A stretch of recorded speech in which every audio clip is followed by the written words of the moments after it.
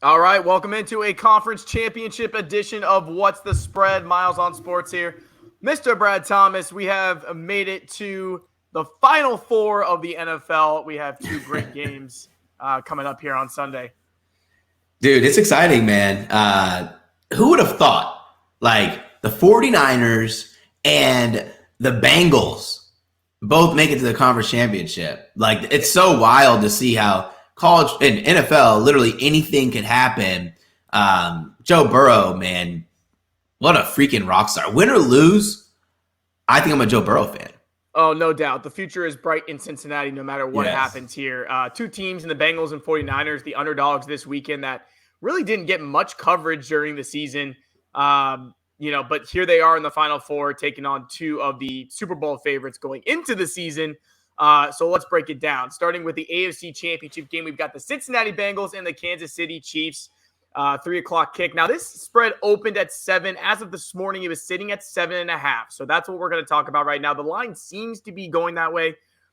Who's to say if it gets back to 7? But either way, I am going with the Cincinnati Bengals plus 7.5 because I am not going to pick against them 3 times in a row when they have proven me wrong throughout their entire playoff run. Maybe this is the time where the magic finally ends, but we're talking about a Bengals team who has so much momentum right now. And you had two very different games when you look at how they played against the Raiders and the Titans. The Raiders, they were really able to do anything that they wanted on offense, really played a complete game. The Titans, it was a different story. As you and I said, we didn't really know what to expect from the Titans going in. And they were a little bit of a mess. And, it turns out that Burrow gets sacked 9 times. My God. The Bengals had to make so many adjustments. What impressed me so much is that I'll say specifically how Joe Burrow was able to adapt in that game. Dude gets sacked 9 times in the game, has no time to throw the ball, but he adjusts. At one point in that game, he started calling his own plays. And then I'm looking on the other side here. When you look at the Chiefs, they don't do well covering big spreads at home. And this is the AFC Championship game. But with so many points on the board, I'm feeling pretty good about the Bengals. I got a couple more things to say, but interested to see where you're leaning here.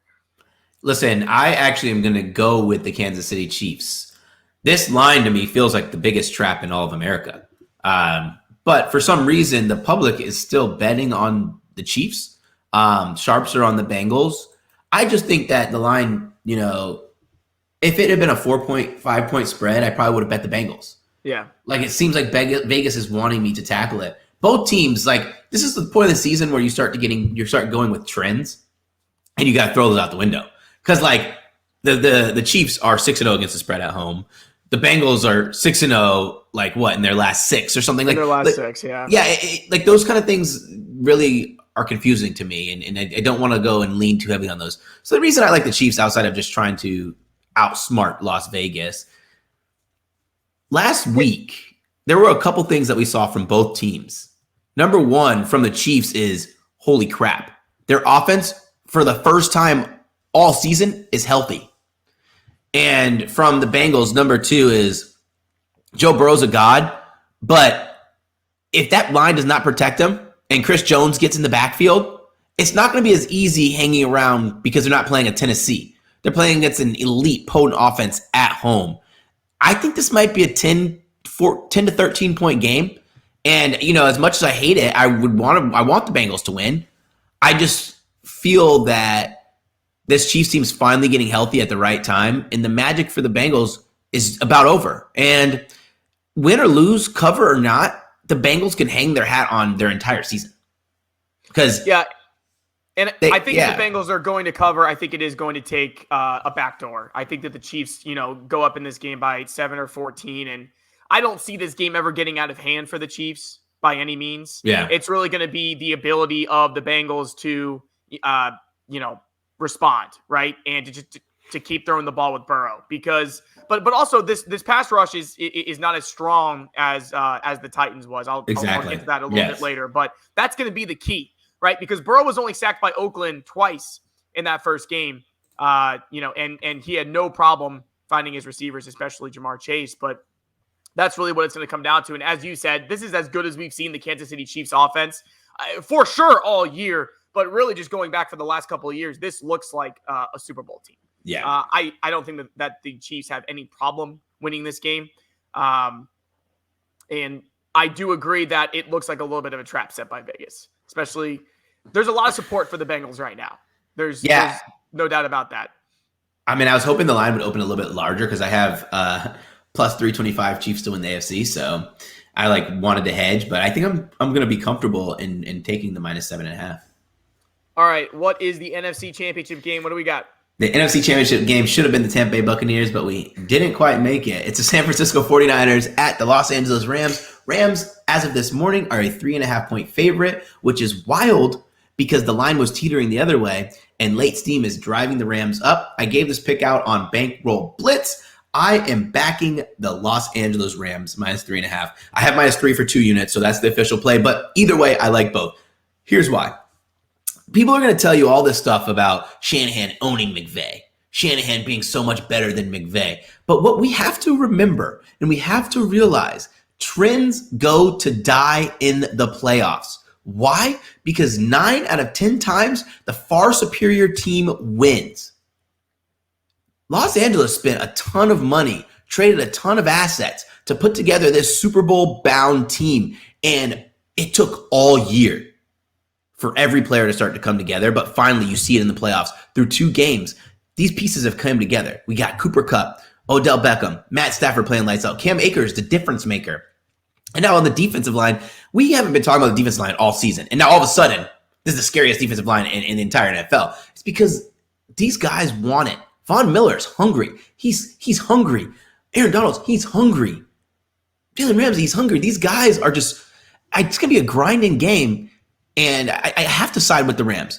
Even if you look back at the last game that the Rams played the 49ers, when the 49ers stormed back to win in overtime, the Rams gave the game away because they didn't have a player, and this is going to be kind of funny to say after what happened last week, but they didn't have a player like Cam Akers who could ice the game away, who could consistently pick up 3 to 4 rush yards to close the game out. I don't think he's going to fumble like he did last week, and the 49ers aren't going to have a monster 14-point comeback.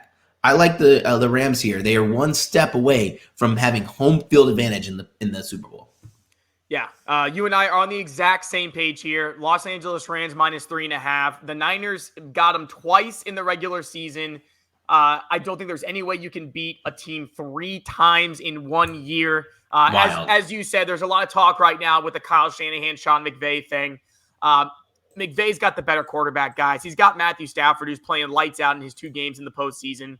569 passing yards, 4 touchdowns, no interceptions. And him and Cooper Kupp have something going on right now that's going to be very difficult to defend. If you look at the 49ers, impressive what they've done up to this point. There's no doubt they've covered 4 straight games, 3 straight as an underdog, with 3 outright wins as an underdog against Rams, Cowboys, Packers. Really impressive what they're doing. But when we're talking about what I'm comfortable doing, placing a bet in this game, the Rams just look like a Super Bowl team to me, very similar to the Chiefs. I think there's no doubt, Brad, that we get a Chiefs-Rams Super Bowl, and I think at this point that's what it should be. To me, it'll be a huge upset if either the Bengals or the 49ers get an outright win this weekend. A huge upset. I don't care what the Niners have done up to this point. I don't care what the Bengals have done up to this point. To me, the Chiefs and the Rams look like the 2 teams that are ready to play for Super Bowl right now. Yes. So I'm picking the Chiefs to win the game, picking the Rams to win the game. So I'm just going to go ahead and take the minus 3.5 and feel really good about it. They, too, have been pretty good against the spread, 6-2 against the spread in their last 8 games. And what's interesting is in the 2 regular season matchups, Rams minus 3.5 was the spread in both games. We have Rams minus 3.5 once again. I think this time they get it done. Much to what you said, all of their star players are just playing right at the right time. Yes. They dominated the Buccaneers. The only reason they gave it back is, number 1, because the Buccaneers had Tom Brady. Yeah. And number 2, because McVay started playing not to lose. He didn't keep his foot on the pedal. They looked great. I mean, they looked unbeatable in that first half against a really good Tampa Bay Buccaneers team. Beating Tom Brady like that was really impressive. And I'll just say about the Niners, they've got that, underdog magic that the Eagles had a couple of years ago. But the difference for me is that the Eagles had Nick Foles playing lights out in that run. Yeah. I just Jimmy Garoppolo has 2 touchdowns and no interceptions. It's just because he hasn't made a mistake yet that they're here. The The stats about Jimmy G doing absolutely nothing but being on one of the craziest runs in the playoffs is hilarious. He is literally the worst performing quarterback in the playoffs right now. Right. Getting carried by his defense and mistakes by the other team. It's been amazing. So no way I'm taking Niners plus 3.5. And the Rams, I think the Niners, by getting here, they're a little bit ahead of schedule, I feel like. Yes. Not in their rebuild, but just, in the direction that they're going. The Rams are win now. Yeah. And as you said, they have a chance to play the Super Bowl in LA. So they have everything to play for here. Not that the 49ers don't. Like I understand that. But I think Rams come out here and dominate this game. I do too, man. I'm glad we're in agreement there. So guys who are listening, we're going to do something that we haven't done on the podcast before.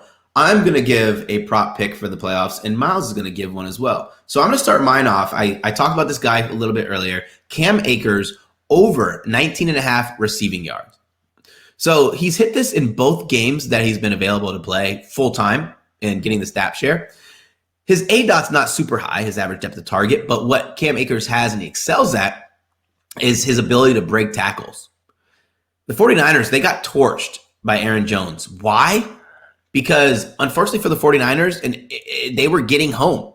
They were, blitzing forward, dropping back, and those four were getting home, so they had to go to the outlet. Cam Akers is going to be that outlet. Cooper Kupp's going to be that outlet. 20 yards, I think Cam Akers can get that in one catch. So I like this number here. I was going to play anything up to 23.5. So getting 19.5 was fair to me. I like that as well, especially with how good the 49ers defense is playing right now. You got to think early on, they may just try to settle Stafford into the game. That's where Akers can really rack up those yards. I'm going to go over here with my boy Jamar Chase in the Bengals-Chiefs game. There's a couple of reasons I'm going to take this prop. Jamar Chase catches over 5.5. Almost seems too easy, but let me tell you why I like it. Joe Burrow was sacked, as I said, 9 times last week and still managed to find Jamar Chase 5 times. Yeah. All right, with the Titans' really good pass rush. And the Bengals only put up 16 points. Again, Chase still got his catches. But the week before, when Burrow was only sacked twice, he found Jamar Chase 9 times. Jamar Chase has gone over 100 yards in both games. But look at the pressure rate, the sack rate. This is from my boy Jared Smith over at Pickswise. I saw this stat and really liked it. So shout out to him. Pressure rate for the Tennessee Titans, 7.25%. 7th best in the league. If you look at the Chiefs sack rate on the season, 4.82%, 31st in the league out of 32 teams. That tells me that they may get to Burrow a couple of times, but it won't be anything like we saw last week, which means Burrow is going to have his chances whether or not they go down by 14, whether or not they're in a back and forth game, they're going to be throwing the ball. And I think that if Jamar Chase has proven anything in this in these playoffs is that you can only contain him. You can't stop him. Yeah. My boy's hot right now, so I'm taking the over 5.5 catches. Dude, I'm glad you were on that. I was going to be on that, and then I went on my book, and it was minus 160, and I was like, all right, well, pivot. So, dude, best of luck this weekend, man. Yes, what sir. What are you doing for the games? Any big plans? I don't even know yet, man. I haven't slept all week, so. Oh my God, I'm so excited for you. Regardless of what you do, and go Bengals. Go Bengals. Everyone, we have 3 football games left till the end of the season. I appreciate you guys joining along for this journey. Be sure to download the podcast on iTunes, Google Play, Spotify, or however else you get your podcasts. Take care.